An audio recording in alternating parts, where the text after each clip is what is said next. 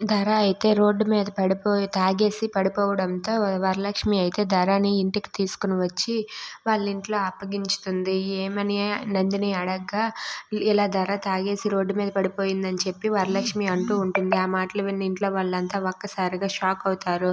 ఇక ధరనైతే వరలక్ష్మి తన రూమ్కి తీసుకుని వెళ్ళి పడుకోబెడుతుంది. పడుకోబెట్టి ధరకి మొత్తం కప్పేసి అక్కడి నుండి అయితే వరలక్ష్మి ఆ రూమ్లో నుండి వెళ్ళిపోతూ ఉంటే ఇంతలో ధర అయితే తనలో తాను నిద్దట్లో ఇలా అంటూ ఉంటుంది. విష్ణు విష్ణు నేను ఒక తప్పు చేశాను విష్ణు. నేను పురిట్లోనే ఆ వరలక్ష్మి బిడ్డని తీసుకొని వెళ్ళి అనాథాశ్రమానికి ఇచ్చేశాను విష్ణు. ఎందుకో తెలుసా? నువ్వంటే నాకు ప్రేమ కదా.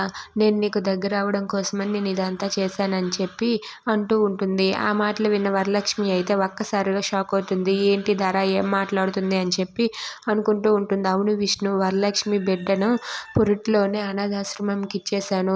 నీ మీద నాకు ఎంత ప్రేమ ఉంటే గానీ అలా చేయను. నువ్వంటే నాకు చాలా ఇష్టం విష్ణు.